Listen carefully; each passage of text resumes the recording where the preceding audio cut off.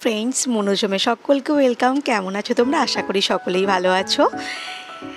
এই দেখো, আমি আর বর স্নান করে একদম রেডি হয়ে এক জায়গায় যাব বলে রেডি হয়ে গেছি। এই যে বর ভিডিও করছে আর আমার হালকা রেডি হতে বাকি ছিল, তাই আমি রেডি হয়ে নিচ্ছি। আর যাচ্ছি আমরা বাবা, আমি আর আমার হাজব্যান্ড, মানে বাবা বলতে শ্বশুর মশাই, তিনজনে বেরিয়েছিলাম। আর এই দেখতে পেয়েছো, হাতে বেশ কয়েকটা টাকা নিয়ে বেরিয়েছি। ভাবছো তো শপিং না, যাব কিছু একটা কিনতে, সেটা তোমাদের সাথে শেয়ার করব। এদিকে বড় গাড়ি নিয়ে বেরিয়ে পড়েছে আর মা বাড়িতে একা ছিল। মা আমরা বেরিয়ে পড়ার পর দরজাটা বন্ধ করে দিল, যেহেতু মা বাড়িতে একা থাকছে। আর এই যে আমরা রাস্তায় এবার দুজনে রওনা দিয়ে দিয়েছি। আমাদের সাথে বাবা যাচ্ছিল না, কারণ রাস্তার অবস্থা প্রচণ্ড খারাপ ছিল আর রাস্তাটা নতুন করে এক সাইডটা তৈরি হচ্ছিল। তাই বাবা বলেছিল আমি পাশে যাচ্ছি, তোরা স্কুটিতে আয়। তাই আমরা দুজনে স্কুটিতে বেরিয়ে পড়েছিলাম। আর একটা কথা কি জানো তো, যদি কিছু নিজেদের মনের মতো জিনিস কিনতে গেলে কাছের মানুষদের কাছে আবদার করে পাওয়া যায়, তার যে আনন্দ, সেই আনন্দটা সত্যিই অতুলনীয় হয়। আমি শ্বশুরমশাইয়ের কাছে আবদার করেছিলাম আমার জন্মদিনের একটা ছোট্ট গিফট। হয়তো এটা ছোট না, অনেকটাই বেশি আমাদের মতো মধ্যবিত্ত পরিবারের কাছে, কিন্তু যাই হোক বাবা আমার আবদারটা রেখেছে। কী আবদার সেটা তোমাদেরকে একদম যেখান থেকে জিনিসটা কিনেছি সেখানে পৌঁছে দেখাবো। আর রাস্তা প্রায় ফাঁকাই ছিল আর প্রচণ্ড ঝড় দিচ্ছিল আমরা যখন বেরিয়েছিলাম, মানে প্রায় বৃষ্টি হবে সেরকম ওয়েদার হয়ে গেছিলো। এই যে বাবা পৌঁছে গেছে আর এই যে বর গাড়ি রেখে দিয়েছে। এই দেখো আমরা পৌঁছে গেছি ফার্নিচার ওয়ার্ল্ড, এটা হচ্ছে রামপ্রসাদ ঘোষপুরে পৌঁছে গেছি। এখানে তুমি সমস্ত রকমের ফার্নিচার পাবে, ফ্রিজ, এসি, ওয়াশিং মেশিন, তারপর তোমার সোফা, ডাইনিং টেবিল, আরও সমস্ত কিছু যা প্রয়োজন, খাট, আলমারি, সব কিছু পাবে। আর আমরা গিয়েছিলাম কি কিনতে জানো? Dining table. অনেক দিন ধরেই স্বপ্ন ছিল একটা, যে আমাদেরও ডাইনিং একটা টেবিল থাকবে আমাদের মনের মতো।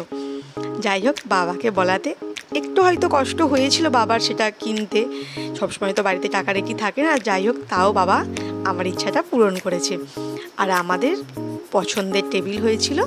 এই যে তোমাদেরকে এটা দেখাচ্ছি, দেখো এটা আমরা চুজ করে এসেছিলাম। আমরা প্রায় 3 থেকে 4 দিন আগে এটা বুক করে এসেছিলাম এই টেবিলটা। আর আমরাই ওপরে কাঠের ওপরে কাজটা না নিলেও এরকম প্রিন্টেড নেওয়া যেত, কিন্তু আমাদের ওটাই বেশি ভালো লাগছিল। অনেক রকমের প্রিন্টেড ছিল টেবিল, কিন্তু আমাদের ওটাই ভালো লাগছিল। আর অনেক রকমের সোফা আছে, দাদারা অনেক কিছু আমাদেরকে দেখাচ্ছিল, অনেক রকমের চেয়ার দেখাচ্ছিল, কিন্তু আমাদের এই গোল মডেলের চেয়ারটা বেশি ভালো লেগেছিলো, যেহেতু এটা উডেন কালার ছিল। আমরা ওটাই নিয়েছিলাম। আর দেখো কত ড্রেসিং টেবিল, আমার তো ড্রেসিং টেবিলগুলো ভীষণ ভালো লাগছিলো। এখানে জানো মাত্র 2,500 টাকা থেকে ড্রেসিং টেবিল আছে। আর এটা হচ্ছে কাঠের ড্রেসিং টেবিল। এই ড্রেসিং টেবিলগুলো সবই 10 থেকে 12-র মধ্যে বা 12-র ওপরে, মোটামুটি 15-র মধ্যে গেলে খুব সুন্দর সুন্দর ড্রেসিং টেবিল পাওয়া যাবে। আমার তো এখানে একটা ড্রেসিং টেবিল খুব পছন্দ হয়েছিল, এটার দাম বলেছিল 13,000 টাকা, কিন্তু একদম সাধ্যের মধ্যেই মানুষের। কাঠের জিনিস একটু দাম হবেই। এই ভিডিওটা দেখতে পাচ্ছ, তার 3 দিন পরে আমরা তো বুক করে পেমেন্ট করে চলে এসেছিলাম, কিন্তু কাজটা ডিস্টার্ব ছিল, তাই নতুন কাজ এসে পৌঁছায়নি ওনাদের দোকানে, তাই 3 দিন পরে এসেছিলো। আর ঝমঝম করে বৃষ্টি হচ্ছে, একদম শনিবার বিকালে এটা এসে পৌঁছেছে। আর ছিল লোডশেডিং, তাই ভিডিওটা খুব একটা ভালোভাবে করতে পারিনি। বাবা, হাজব্যান্ড আর যে দাদা ডেলিভারি করতে এসেছিলেন, ওই দাদা 3 জনে মিলে ধরে তো সব কিছু ডাইনিংয়ের মধ্যে নিয়ে চলে এসেছিলো। আর কাঁচটা আলাদাভাবে সুন্দর করে পার্সেল করে নিয়ে এসেছিলো। দেখতে পাচ্ছ ওপরে যে কাঠের ডিজাইনটা কত সুন্দর, আমাদের তো খুব ভালো লেগেছিল আর একদম আমার মনের মতো হয়েছিল। আর এদিকে যেহেতু হালকা হালকা ভিজেছিল, ওরা অনেক প্রোটেকশান দিয়ে এনেছেন, তাও হালকা তো বৃষ্টি যেহেতু হচ্ছে, হালকা তো ভিজবেই, তাই মা আর হাজব্যান্ড দুজনে মিলে ভালোভাবে পরিষ্কার করে মুছে দিচ্ছিল। এই দেখো এসে পৌঁছে গেছে। তারপর ওই দাদা যেটা দিয়ে কাজটা লাগানো থাকবে ভ্যাকুম, সেগুলো লাগাচ্ছিল। এই যে সেগুলো চারদিকে লাগিয়ে দিয়েছে।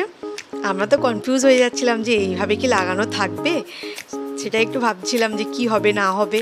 তারপর এই দেখো কাজটা ওরা দুজনে ভালোভাবে ধরে আনছে। কাঁচের জিনিস একটু তো সাবধানে সতর্ক হয়ে আনতেই হবে, তাই না? দেখো ভালোভাবে 3 জনে ধরে নিয়েছি। তারপর বললো বাবাকে, ওরা বললো তোমরা ছেড়ে দাও, তুমি ছেড়ে দাও, আমরা দুজনে মিলে সাবধানে নিয়ে যাচ্ছি। তারপর নিয়ে এসে একটা উঁচু জায়গার মধ্যে রেখে তারপর ওপরের যে প্লাস্টিকটা লাগানো ছিল সেটা আস্তে আস্তে খুলে দেওয়া হলো। খুলে দিয়ে তারপর টেবিলটাকে মানে টেবিলটা কাঠের ফ্রেমটার ওপরে কাঁচটাকে সুন্দর করে বসিয়ে দিয়েছে। আর সেদিন তো বললাম লোডশেডিং ছিল, একদম ভালোভাবে কিছু দেখা যাচ্ছিল না। যাই হোক চার্জার জেলে এইসব জেলে এটাকে লাগাতে হয়েছিল। ওই দাদা বারবার চেক করে নিচ্ছিলেন, কারণ দেখো প্রবলেম কিছু হলে আর তো রিটার্ন করা যাবে না, যতক্ষণে দাদা থাকবেন ততক্ষণ সেভ, যাই প্রবলেম হোক আমরা রিটার্ন করতে পারবো। এটা নেক্সট ডে সকালে। আর বর আগে থেকেই একটা ডাইনিং টেবিলের তোমার টেবিল ক্লথ বুক করে দিয়েছিল। বেশ সুন্দর টেবিল ক্লথটা, দেখো আমাদের যেহেতু কাঁচটা ছিল ব্ল্যাক কালার, তার উপরে ছিল এই হোয়াইট টেবিল ক্লথটা। এত সুন্দর কি বলবো তোমাদের, খুব ভালো লেগেছে আমাদের।